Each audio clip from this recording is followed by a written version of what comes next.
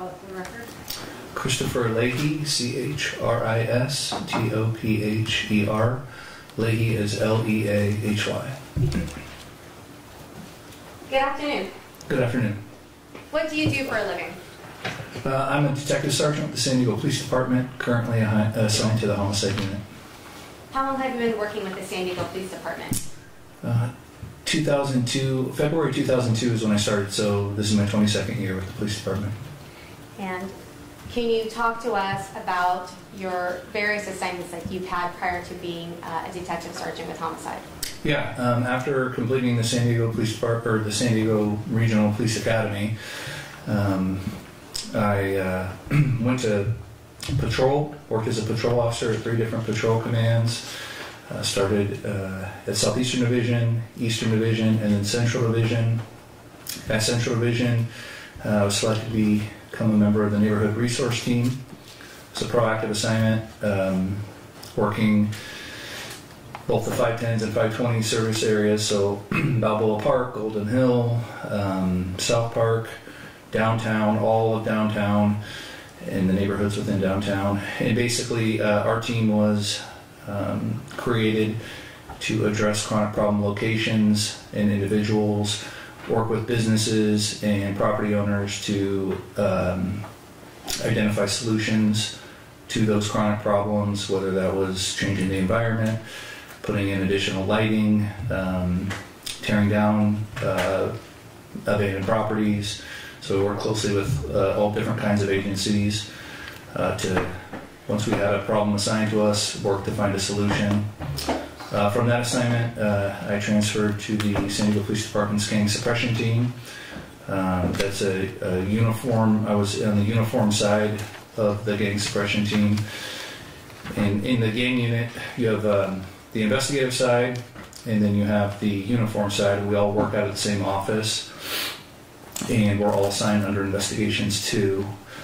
And then from the gang unit, I went to investigations in September of 2009, starting at Western Division. So I was a detective in the North Park, Linda Vista, Hillcrest, University Heights area, the area where this crime occurred. Worked there for about 3 years. Then I went to the narcotic unit. I was assigned to the narcotic street team, basically identifying drug dealers and trying to find large quantities of drugs on those drug dealers. And then I went to the homicide unit in 2013 as a detective. I was assigned to homicide team 5. I worked on that team for about 5.5 years as an investigator. Then in July 2018, I promoted to sergeant, went back to patrol, went to Western Division. Was a patrol sergeant for about 7 months in Ocean Beach, Point Loma area, which is where I was assigned. And then I thought I had paroled out of the homicide unit, but they convinced me to come back. And so I returned to the homicide unit in March of 2019 as a detective sergeant supervising investigators assigned to Team 2. So I've been back as a detective sergeant in the homicide unit for 5 years next month. Or, yeah, tomorrow. Happy anniversary. Thank you. Now, were you and your team, when you were working as a detective sergeant now for the homicide unit, bringing you back to February 1st of 2021, were you and your team assigned to investigate a homicide that occurred at 4515 Kansas Street in the county of San Diego involving victim Mario Fierro? Yes. And at some point during the course of your investigation, did you identify the suspect? Yes, we did. Who was that suspect? Who was it? Jesse Alvarez, who's seated at defense counsel to the far right, my far right, wearing glasses and hair and kind of a bun. Will the record please reflect that the witness has identified the defendant? Yes. Now, during the course of your investigation, did you have to notify anybody of Mr. Fierro's death? Yes. Who did you notify? Attention relevance. Overruled. One of the jobs as the detective sergeant in homicide is to make notification, next of kin notification for our victims, and then act as a liaison with the victim's family and the investigators. So the investigators can do their job, and I deal with the victims' families. So Amy Gambara had been identified at the briefing as the decedent's fiancé, and no other next of kin information existed. So I went up to Cathedral Catholic High School, and I had prearranged to have Amy removed from her classroom and placed in like a private area of the school, an office, so I could notify her of Mario's death. What happened after you were, and you said it was at Cathedral Catholic High School? Yes. Will you please tell us, describe to us, as you arrived to Cathedral Catholic High School, what happened from there? Objection, relevance. Overruled. When I pulled into the school parking lot, I did observe quite a few uniformed police vehicles and police officers on campus. A security guard stopped me as I pulled in. I identified myself as a police officer, explained the reason for my presence. He was aware that I was on my way to make this notification. After parking, that security guard escorted me into the lobby area of the school, and then I was taken back into a room, I'm presumed like a principal's office or a vice principal's office, where Amy was. I introduced myself to Amy, and I told her that her fiancé had died, that he had been murdered, and then she had a complete breakdown and started hyperventilating. Now, when you first introduced yourself to her, did you tell her you were from the homicide unit? Yes. And what was the first thing she said to you after she broke down? Objection, relevance, and hearsay. The objection's overruled. I'll give you a little bit more leeway there when you're done. She asked me if she specifically said, "Did Jesse do it?" Objection, hearsay, motion to strike. Overruled. Spontaneous utterance.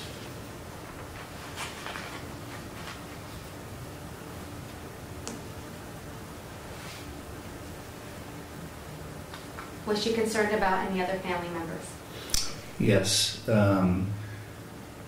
Once she collected herself, she immediately started asking about her sister Julie.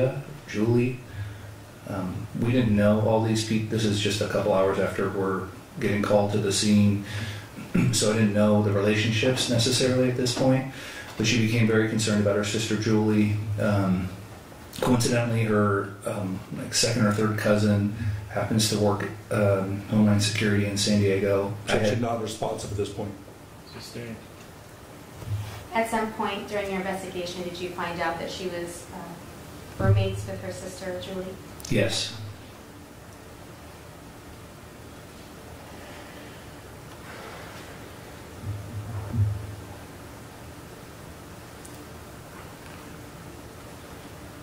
During your conversation with Ms. Gambara,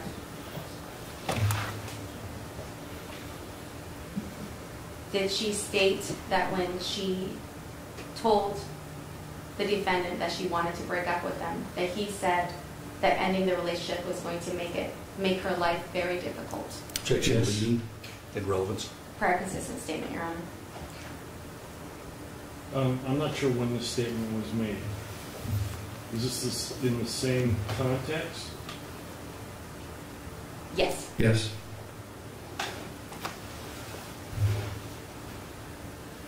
Leading's overruled, relevance is overruled. Do you can answer? Yes. She told me that. Did Ms. Gambara talk to you about the defendant's behavior and constantly sending her letters, emails, social media messages, and trying to contact her by phone during the same conversation? Objection, Yeah. hearsay.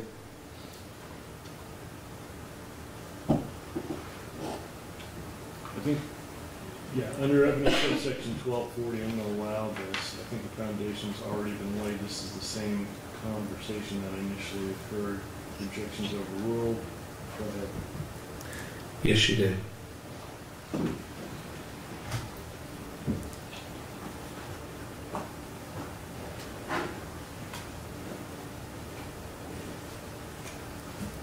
Did she tell you that she had to move to multiple different residences and change her phone number due to the defendant's behavior?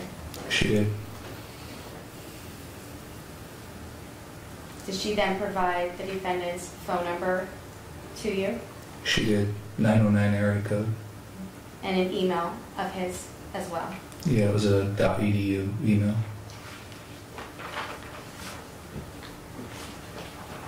Now, at some point during your investigation, did you and your team ultimately arrest the defendant? We did. And was that the same day? It was. Now, during the process of the defendant's arrest, was he, well, actually, let me just back up a little bit. Will you describe to us the process of booking the defendant?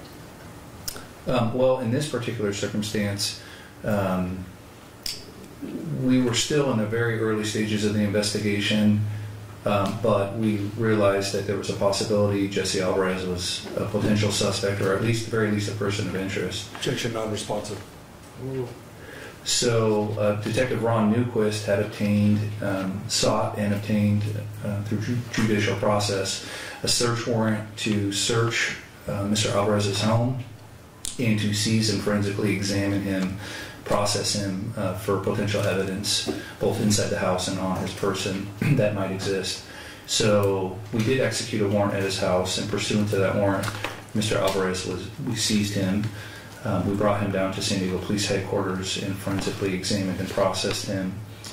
And then we gave him an opportunity to tell us his side of the story. After doing Objection non-responsive at that point. Sustained. Now, at some point during your contact with the defendant, did he undergo a processing in which you obtained swabs of the defendant's body? Yes. I was present for his forensic processing, along with the crime scene specialist and the uniformed arresting officer that had care and custody of him. And we collected DNA mouse swab samples, head hair samples, gunshot residue samples, just like we would do in any other case. We also photographed Mr. Alvarez and collected his clothing that he was wearing at the time of his detention and then ultimate arrest. And in taking photographs of the defendant, were you also looking for any potential injuries on him?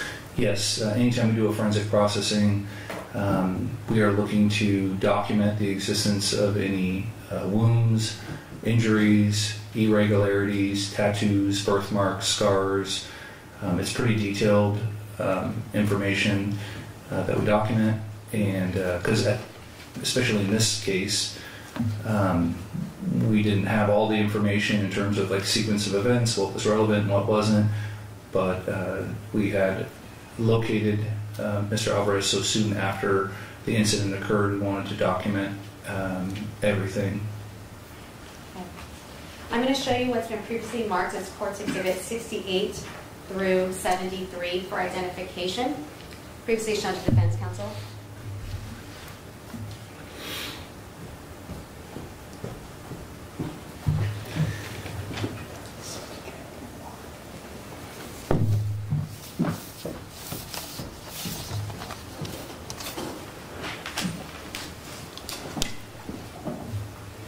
Did you have an opportunity to look through Courts 68 through 73? Yes. And what were you looking at? These are images that were taken during the forensic processing of Mr. Alvarez. And court's 68 through 73 fair and accurate depiction of Mr. Alvarez on that day Yes. during the process of the forensic processing? Yes. Permission to publish, Your Honor? Any objection to 68 through 73 being received? No, Your Honor. Received and published.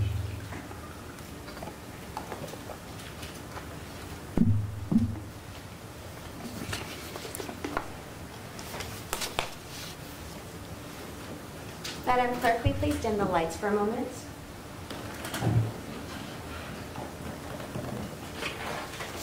Now, in looking at courts 68, is that the same exhibit in front of you that we see on the screen? Yes, it is. And is this what the defendant was wearing when you had brought him into the station on February 1st of 2021? Yes. Can you please describe what he's wearing? He's wearing a red short sleeve shirt with white accents and khaki pants and dark colored shoes. If you're, I don't have a specific memory and I can't make it out from this image. There is an emblem on the shirt, but I don't know what that white emblem is from this distance, nor do I recall. Okay. Now, during your contact with the defendant, did you walk into different rooms and did you see his movements? Yes. And was he using a cane at the time? No, he was not. And was there anything that gave you any pause whatsoever as his ability to walk or anything to that effect? No, not at all. Looking at courts 69, what do we see here? That was really the only injury that we observed on the defendant's body. It was just a minor abrasion. My 3-year-old would refer to that as a boo-boo. Objection to the last part, Your Honor. Sustained. Motion to strike. You can disregard that last statement. Okay, next question. Looking at courts 70, what are we looking at? After Mr. Alvarez's clothing had been collected, we did not collect his underwear, but these are images just to document the existence or absence of any other injuries, tattoos, scars, things of that nature. Did you see any other injury on Mr. Alvarez? And at this point now, he's down to his underwear? Correct. And no, we did not.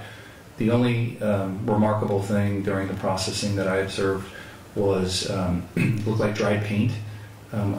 Some areas of dried paint around his hands, but we attributed that to the home he was living in was in various stages of remodeling at the time, and he explained that to us. Thank you. Court 71, what are we looking at? We do 360 photographs of any individual that we forensically processed. So he was at the point in time where we asked him to face away towards the wall, and this is just to document the existence or absence of any injuries, tattoos, scars, things of that nature from the backside. Now looking at court 72, what are we looking at? This is the left side profile of the defendant. Right side profile. Okay, don't know why that says courts 15. That's actually court 73. Is that correct? Yes, it is. Okay. Now, going back to staying on February 1st of 2021, did the San Diego Police Department put anything out, or did Crime Stoppers put anything out asking the public to provide any information if they knew anything about Mr. Fierro's murder? Typically, in our press release, anytime there's a homicide call out, whether it ends up being a homicide or not, but if it produces a call out for a team in the unit, the homicide lieutenant is always tasked or responsible with drafting a press release, and at the end of any press release, they typically say anybody with information, they're encouraged to call the San Diego Police Department or Crime Stoppers. And in this case, I'm sure that also occurred. And did you receive information from an individual named Michael Liang at some point in your investigation. Yes. And what information did you receive from him? He had submitted a Crime Stoppers tip with an attached 33-second video clip of home surveillance camera footage. He submitted it to Crime Stoppers, and at about 8:44 p.m. that night, I received an email from Crime Stoppers, because I'm on their distribution list, with this tip and the attached video. Nothing remarkable was observed in the video portion because this particular camera is pointed out towards like the courtyard away from the street, and in fact it's across the apartment complex is across the street from where the shooting occurred. So nothing remarkable was found in the video itself. However, the camera was equipped with audio recording capabilities, and it did capture the shooting incident audibly, and that's basically what it showed. And when it comes to Crime Stoppers, before you're able to interview someone that would rather remain anonymous, does Crime Stoppers first receive permission from the original caller? Yeah, typically when we receive tips where there's a lot of information or it looks like it's something very important, I'll respond back to Crime Stoppers and ask them to please ask the tipster if they would be willing to meet and talk. I don't remember in this case if that's what I did, or if when we responded back out to the scene in the pursuant days after the murder, looking for additional camera footage and witnesses and canvassing, if I saw, there's part of me that I believe I saw the camera while we were re-canvassing the neighborhood, recognized the courtyard, so it might have happened that way. It happened one of those two ways, but ultimately I ended up meeting with Mr. Lang and interviewing him. Okay. And did he, and he also came in and you saw him testify in this courtroom today as well, correct? Correct, yes. And you received a copy of that, the audio of the shooting? Correct. Now, I'd like to play for you what's been marked as Court's Exhibit 74, which is the audio of the shots fired of February 1st, 2021, permission to publish. Any objection to 74 being received? No, Your Honor. 74 is received. There's no dialogue. Is that correct? Correct.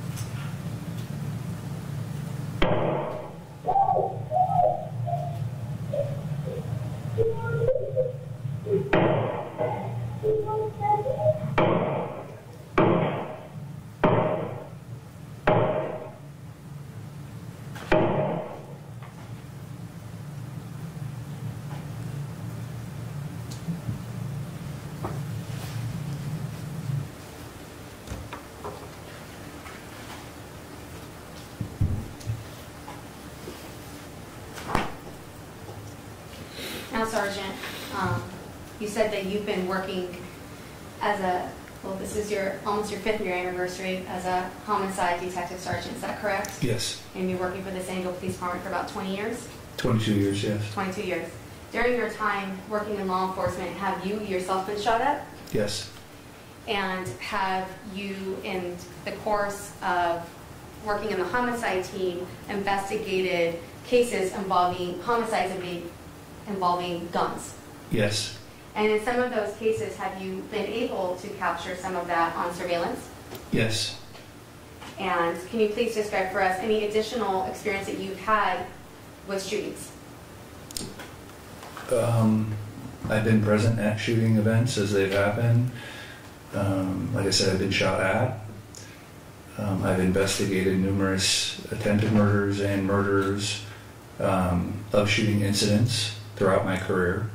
And oftentimes we are able to obtain surveillance footage, audio recordings, cell phone footage of these events as they occur. And And so in that experience, I've built up training and expertise as it relates to investigating shooting events. Now, as far as the gunshots that we just heard here in this courtroom, was anything remarkable to you in listening to that? Yes. Will you please describe what and why? What was most notable to me was the passage in time, the prolonged passage of time between the first gunshot to the second gunshot. I used an app on my phone, the stopwatch app, to measure the distance in time. And it measured to be 6 seconds between gunshot number 1 and gunshot number 2. In my experience, shooting events are dynamic, they're rapidly evolving. Objection, improper answer, Your Honor. Can we go sidebar? Let me just deal with the objection first. So, the objection's overruled on those grounds. The objection's sustained on foundation and relevance. You still need to go sidebar. No. Thank you. Okay. Motion to strike the last part of the answer. Only the last part. Right. So,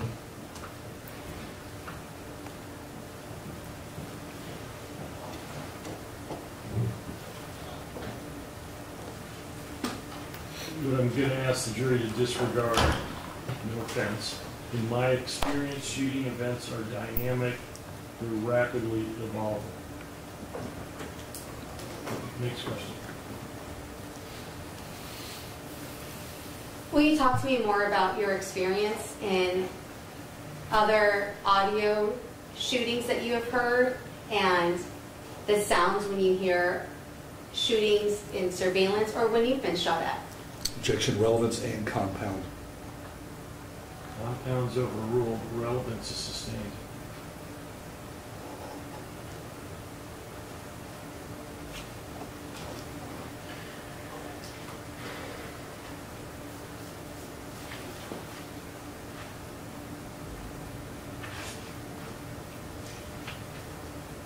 In your experience with shootings, do shootings seem to have been, no, withdrawn?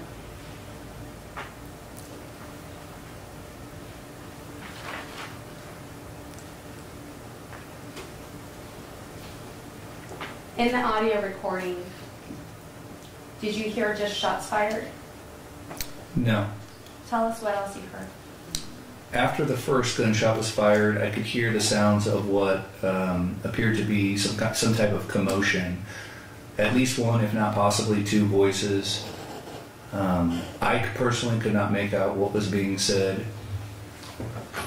And that is clear between gunshot number 1 and gunshot number 2.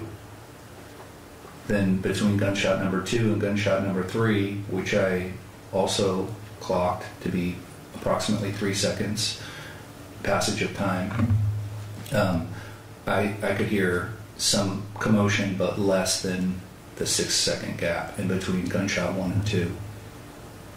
And gunshot 2 and 3, you said were about 3 seconds apart. Correct. Why was that remarkable to you? In this particular case, we had established that one individual was unarmed and another individual was armed with a semi-automatic handgun. So the unarmed individual would be at a disadvantage in a confrontation such as this. Objection calls for speculation regarding the last part of the answer. Overruled. With the answer will stand. Next question.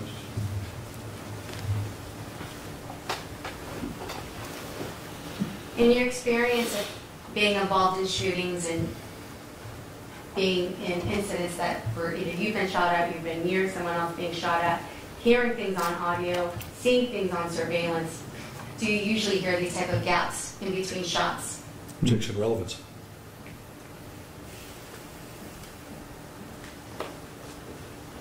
Sustained. The shooting to you in this case stood out for you based on your experience, correct? Yes, it did. Objection leading. Overruled. No further questions. Thank you. Ross? Thank you. Good afternoon, sir. Good afternoon. Just have a couple quick questions for you. Regarding your testimony about meeting with Ms. Gambara at Cathedral Catholic High. She told you essentially that she had been having some issues with Jesse Alvarez, right? After you told her the death of Mr. Fierro. Yes. And did she also tell you that she had told some of those things to her fiancé, Mr. Fierro? I believe she did, yes. And then just so we're all clear, regarding your investigation and the entire homicide team 2's investigation of this case, only audio of the shots were ever located. Is that correct? No. From my memory, it was from Mr. Lang's surveillance system was, I believe, like a Waze or WYZE, I believe. And I believe it had video, but it was a 33-second clip that was where nothing remarkable in the video existed, but it was the audio portion. When it triggered that recording, it captured those 7 gunshots. I think I asked it in the wrong way. Let me ask it in a different way. Regarding the actual incident between Mr. Alvarez and Mr. Fierro, the only video and or audio that we have is just audio of it. Is that correct? Correct. There's no video surveillance that you know of that actually has all or even a part of the incident between those 2 men. Is that correct? That is correct. All right, thank you, Detective. That's all I have. Redirect? No, Your Honor, thank you. Any